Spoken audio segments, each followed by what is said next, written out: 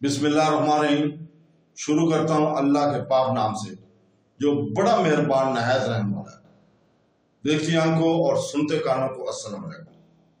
बहनों, भाइयों, दोस्तों और बुजुर्गों, आज हम इस इस्लामी मालूमाती वीडियो में हम एक मुमताज सूफी स्कॉलर अबुल हसन बंकारी की स्वान हयात को पेश कर रहे हैं, जो रूहानियत की नवीयत और इंसानी तजर्बे के बारे में अपनी गहरी बसीरत के लिए मशहूर है। इनकी जिंदगी का तफसीली जायजा लेकर हम इनकी तालीमात, कलीदी तहरीरों और सूफी फिक्र पर इनके लाजवाब असरात को उजागर कर रहे हैं। इसके फलसफे के जौहर और आज की दुनिया में इसकी मुताबिक को जानने के लिए वीडियो को पूरी देखें।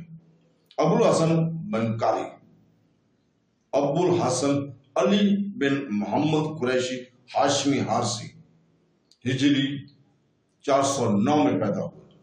1018 ईस्वी में मसूल शुमाली इराक का शहर बगदाद से 400 किलोमीटर शुमाल में के शहर बंकार में पैदा हुए। 1 मुहर्रम 486 को वफात पाई। 11 फरवरी 1093 ईस्वी को बगदाद में एक मुसलमान सूफी भी था जो अपने वक्त के सबसे बाअसर मुसलमान आलम, फलसफी, आलमदीन और फिका और बंकार में मुकीम सूफी के तौर पर भी मशहूर था। इसकी तालीम इसके वालिद ने हासिल की। वो पोशीदा राजों से आशना और करामतों की वजह से मशहूर थे। वो मुसलसल 3 रोजे रखते और इशा और तहज्जुद के दरमियान 2 मुकम्मल कुरान शरीफ खत्म करते।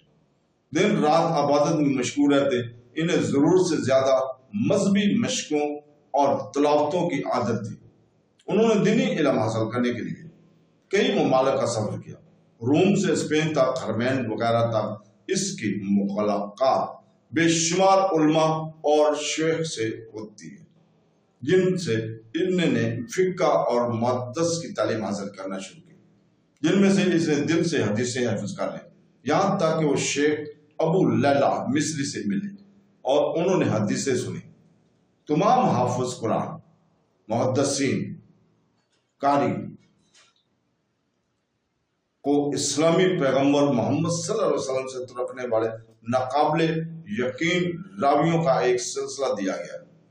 उन्होंने अपने वक्त के मुमताज और बासर उलमा से खारजी और बातनी तालीम हासिल की, यहाँ तक कि बस्तामिली से रूहानी फैज हासिल किया। कुछ देर बाद वो अपने वतन वापस चले गए। उन्होंने आसपास के लोगों से इसे बहुत इज्जत दी गई और इसे शोहरत मिली, और इस वक्त के बेमिसाल दीनी इल्म और इस्तिफादा की वजह से आपको शेख और इस्लाम का खिताब मिला। आरफ कामिल होने की वजह से इनसे अल्लाह की लातादाद तलबगार इस्तिफादा करने थे। वो अपने वक्त के शरीयत और तरीकियत के अमान थे। उन्होंने खिलाफत का खरफा मोहम्मद यूसुफ अबुल फरा तो तरतोसी से पहना, जो इस वक्त के कुतुब थे। इंसाइक्लोपीडिया ऑफ फलसफा के जरिए 11वीं और 14वीं सदी के दरमियानी अरसे को अरबी और इस्लामी फलसफे का सुनहरी दौर समझा जाता है। इसमें इनकी अहम किरदार है क्योंकि वो इन इब्तदाई सूफिया में से एक थे जिन्होंने मंतक को दुनिया में लाया। अबुल हसन बकारी बिन शेख अहमद मोहम्मद बकारी बिन शेख मोहम्मद जाफर महमूद बकारी बिन शेख यूसुफ बिन शेख जाफर बकारी, एक हाशिम बिन अब्दुल मनाफ इब्ने कसाई। इनकी औलाद बाद में रियासत बहावलपुर, अजाला जंग, गुजरावाला, सियालकोट, फैसलाबाद, लाहौर, रहीमिया खान वगैरह में फैल गई। फिक्र का रूहानी वर्षा अबुल हसन बक्कारी का मुंतकिल हुआ। हालांकि जदीद अल बगदादी का सिलसिला तसीफ है जो इसे मंदरजा ज़्यादा तरतीब में हम इस्लामी पैगंबर मोहम्मद सल्लल्लाहु अलैहि वसल्लम के रूहानी औलाद बनाता है। हज़रत मोहम्मद सल्लल्लाहु अलैहि वसल्लम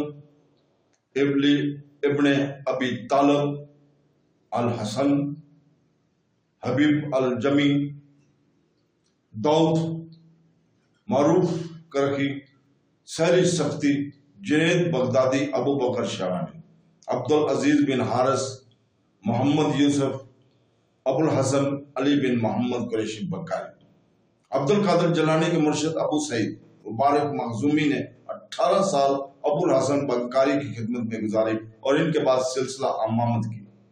ابو سعید مبارک مخزومی خلیفہ اکبر سینئر روحانی جانشین تھے، جبکہ طاہر ابو الحسن بنکاری کے بیٹے خلیفہ اصغر جونیئر روحانی جانشین تھے۔ ابو الحسن بنکاری نے بہت سارے علماء اور اسلامی اسکالرز کو متاثر کیا، جن میں سے اکثر کا تاریخ میں ایک قابل ذکر نام ہے، جیسے حجت الاسلام امام محمد غزالی۔ تو دوستو، بہنوں بھائی، آپ کی وفات 1 محرم سن 466 بمطابق 1 فروری 1093 سن کو خلافت عباسیہ کے دور میں ہوئی۔ ان کا مزار بغداد کے ایک گاؤں بنکار میں ہے۔ تو دوستو، بہنوں بھائی، کل ہم نقش بندی اور سیاسی رہنما خواجہ ہدایت اللہ کی سوانح یاد کو بیان کریں گے۔ تو دوستو، کل تک کے لیے اجازت، اللہ حافظ۔